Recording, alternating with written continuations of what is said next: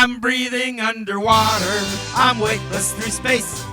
I'm soaring like an eagle all over this place. Creatures most will never see are waiting there to look at me, and all I gotta do is breathe underwater. Hello and welcome to the David Hedison Show. Today's episode might as well be called that because David Hedison will be the only person on screen for most of it, and frankly, he's all we need for this story.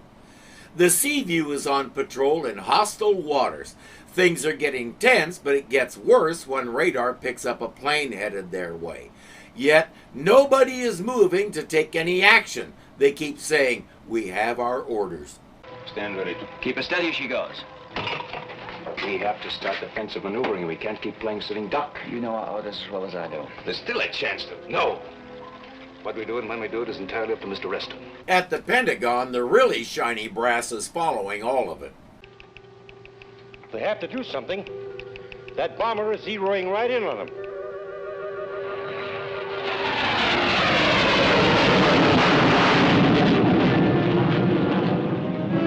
I think the crew is aware of that. And it's not just zeroing in, it's dropping torpedoes. Admiral, we've got about 30 seconds to turn tail and run. More like 20 seconds. We should have taken evasive action immediately. Captain, that's just what we're doing. But too late.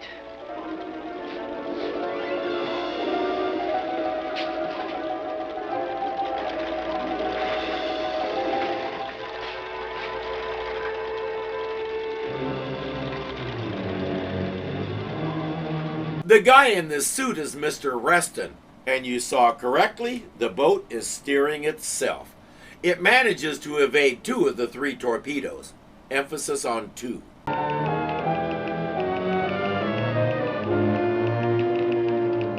Lieutenant, inform Washington that the Seaview's just been sunk. Well, it was a nice series while it lasted. That whole thing was a test, by the way. And the malfunction was of a minor nature. In fact, it was this.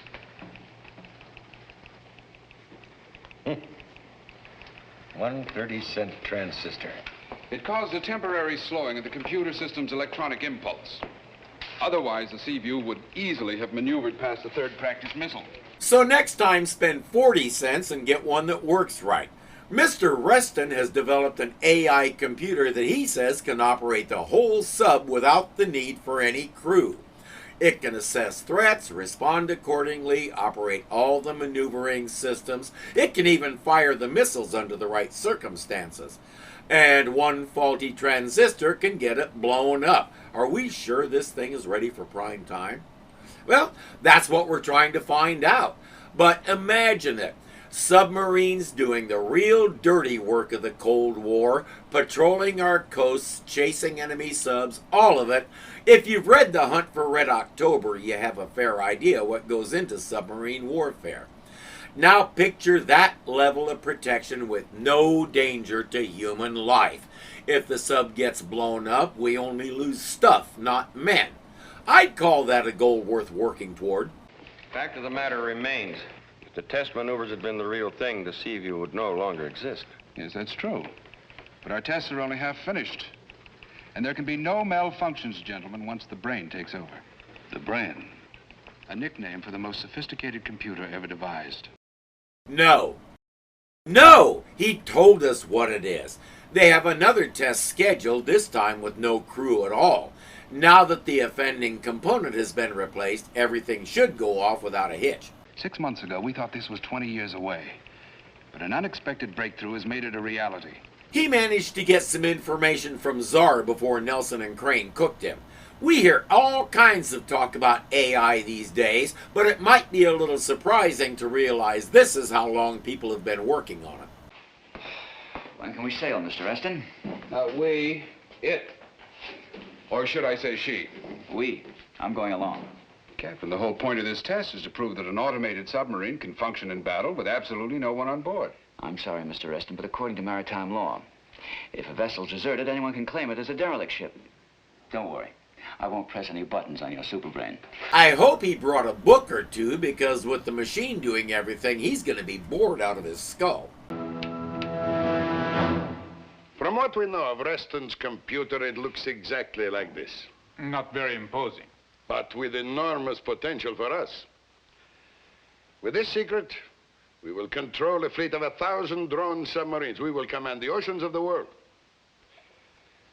You have your orders. Or not. He's listed in the credits as the man. Let's not do that again. He's to slip on board. He has a huge spool of magnetic tape, and once the maneuvers are done, he's to replace the existing tape in the computer with that one. It tells the Seaview to head for their country. Once they're done dissecting both the computer and the sub, they'll call the United States and say, "Hey, we found this submarine. Is it yours?" It'll require eliminating Captain Crane, but our spy isn't allowed to just shoot him.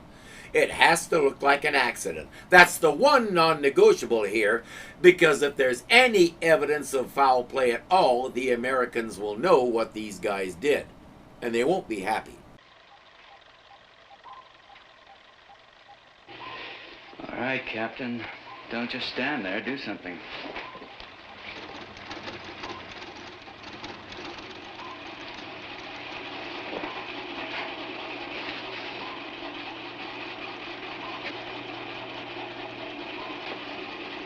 I think it heard you. The boat is underway, and as I predicted, Crane is having trouble finding ways to occupy himself.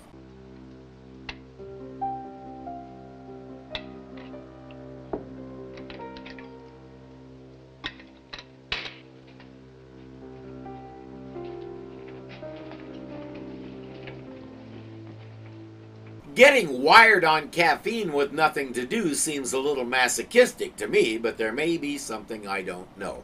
I used to self-medicate my ADD with coffee all the time. Maybe Captain Crane is doing the same.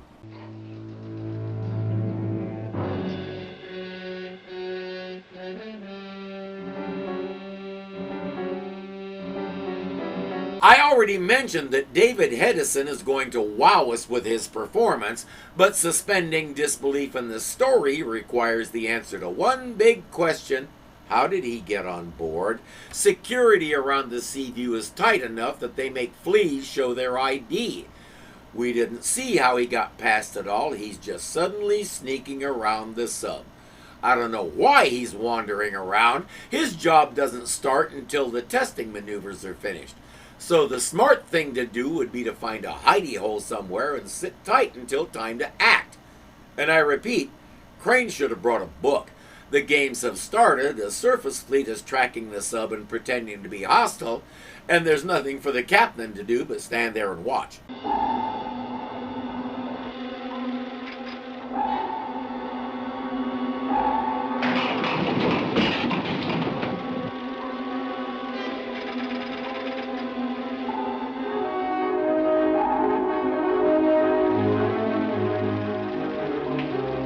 That's another advantage to the computer. No people on board means nobody does that when the boat makes a sudden dive. No humans falling on their faces means the boat can use as much down angle as it needs to. It settles on the bottom and goes silent.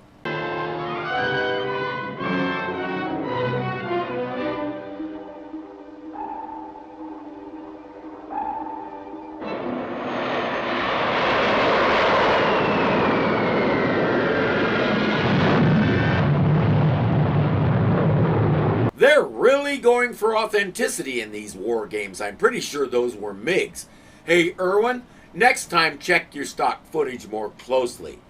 The test is a complete success. The surface vessels have lost the Seaview.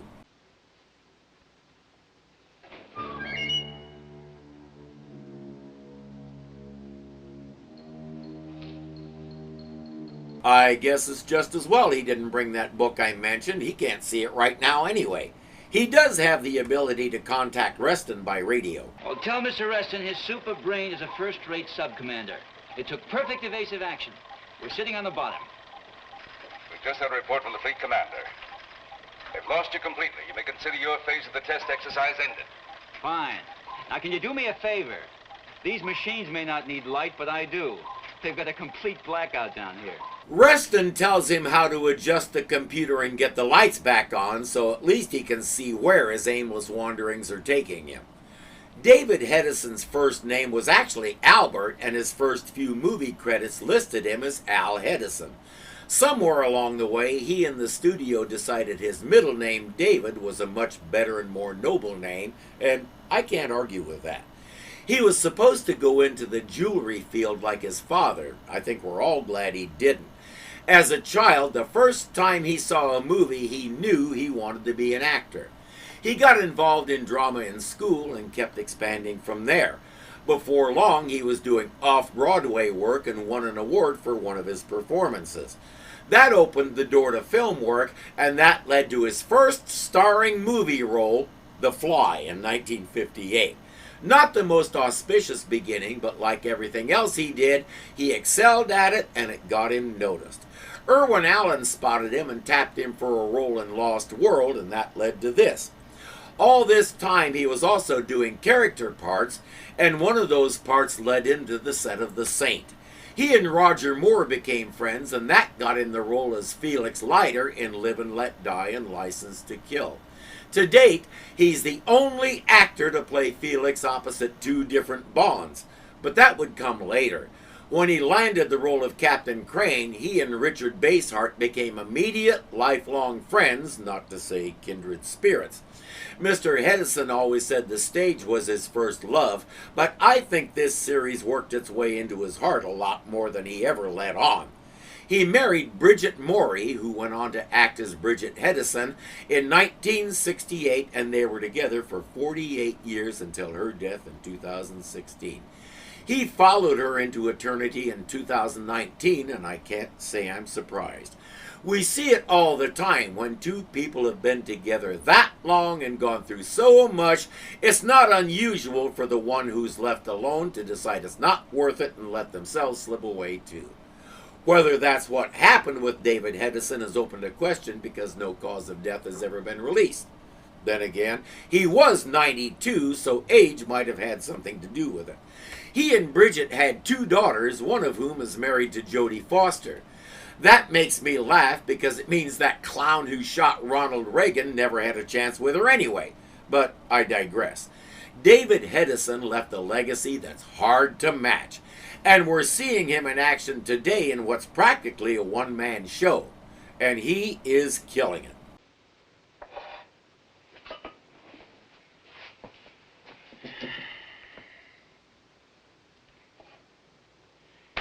Checkmate. It's a good thing he got the lights back on so he can see how stir-crazy he's getting.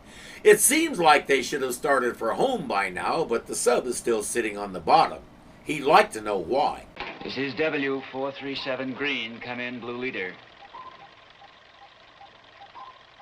W437 green. Come in, blue leader.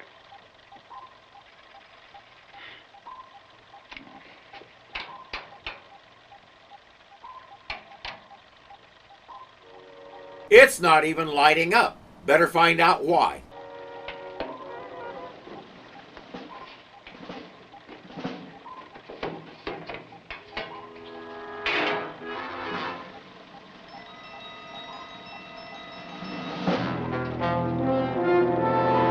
Now he knows why. He's not alone. Remember, the goal is to study the computer and the sub and then return them as if nobody had touched anything. As quick as anybody sees that, they'll know it's a lie and repercussions will follow. Our saboteur just blew his mission big time. Crane doesn't know what the mission is, he just knows he's in danger. Suddenly, every little noise has the potential to be the last one he ever hears. If he gets out of this alive, he needs to put every security guard at the Seaview's base on deck swabbing duty for a week.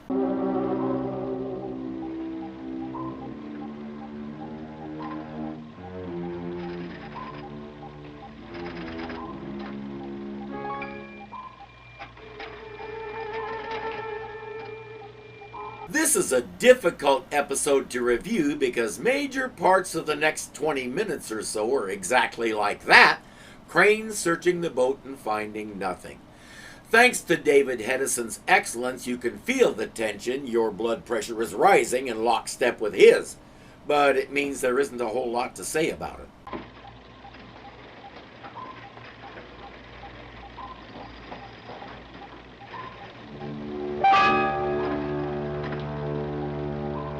he knows for sure there's someone else on board and that someone else has a weapon. He doesn't.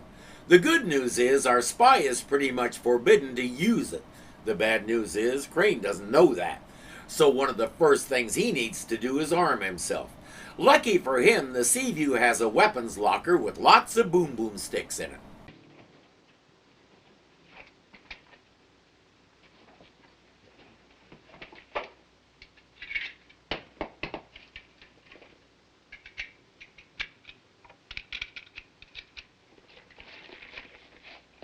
And he'll go for the least efficient armament he can find. I'm reasonably sure that's a Colt 1911 model. It fires a .45 caliber bullet and the clip holds exactly 7 of them. 8 if you put one in the chamber, which he won't. He won't bring any extra bullets. He won't load an extra clip. He won't grab one of those assault rifles on the other side of the room. He'll give himself 7 shots to deal with this guy. He'll actually fire 8, but who's counting? And none of them will hit the target. If that's a spoiler, I'm sorry.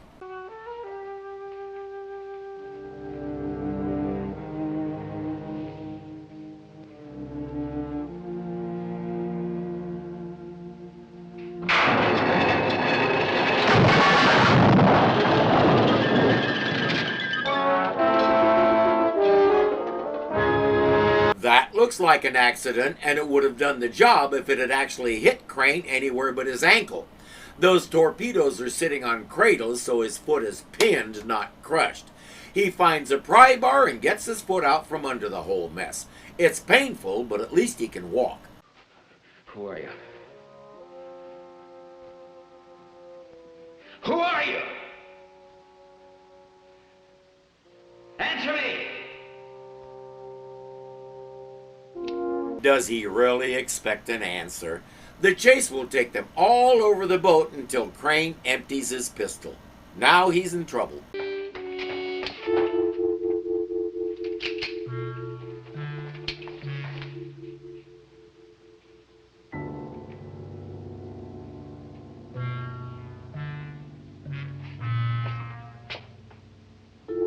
I told him taking 1 clip was a bad idea.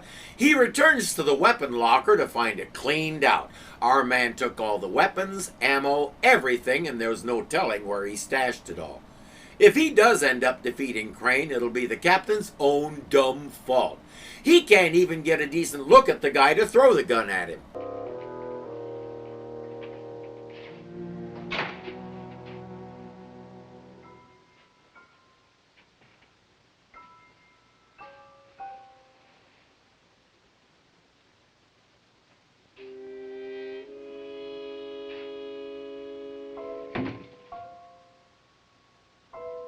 Going in there may have been a fatal mistake.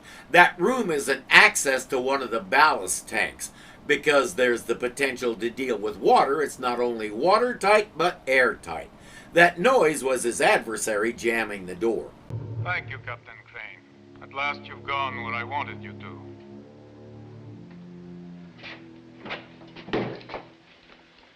What are you after? Your remarkable computer. It has been reprogrammed to take this ship to my country. We'll proceed as soon as your naval units leave the area. Once they're done studying the computer, they'll return the sub and its dead captain. They'll know you killed me. Not at all. Just an unfortunate accident. Death by asphyxiation. The area you're locked in is one of the smallest on the ship, and I'm about to cut off your air. That means he has to override the computer, which means Mr. Rustin should be able to tell that someone tampered with it. It won't do Crane any good, but Mr. Rustin can't help that. It's getting bad. He can't get out and he can't restart the air. As he's about to pass out, he sees the answer. It's in the rules that he can't see it before that. You know how when the characters in the story have to defuse a bomb and it always comes down to the last 1 or 2 seconds? Same idea.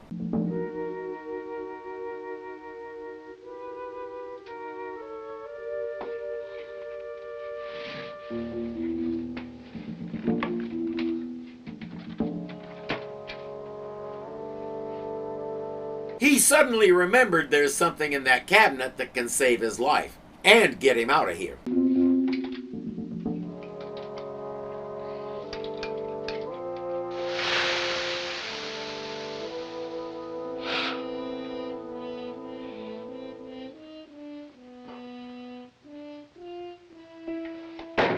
Those are emergency scuba masks with a small air supply for escaping a situation quickly.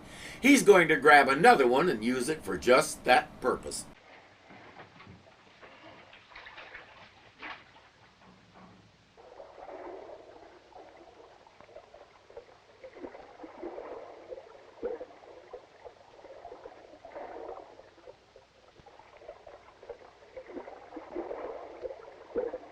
There's more than one access hatch to that tank, and the room the other one is in has a door that opens, to say nothing of a working air vent. Now, let's see if we can sabotage this guy's sabotage.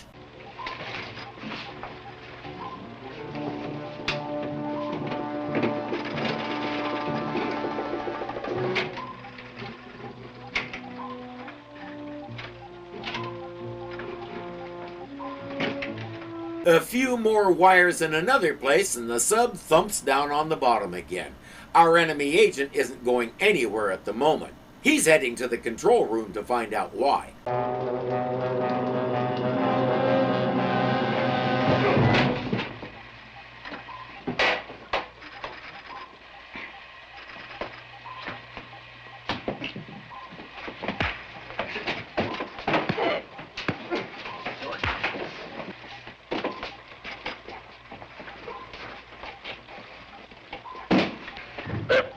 He found out why. This fight goes on for a good long time and it's well choreographed.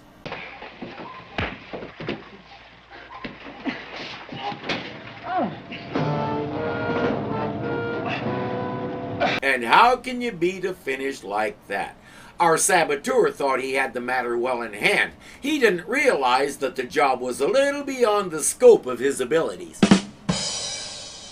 I just can't help myself. I'm breathing underwater. I'm weightless through space. I'm soaring like an eagle all over this place. Creatures most will never see are waiting there to look at me. And all I gotta do is breathe underwater. Working forward. Working toward. So the smart thing to do. Surface vessel. Realized that the job was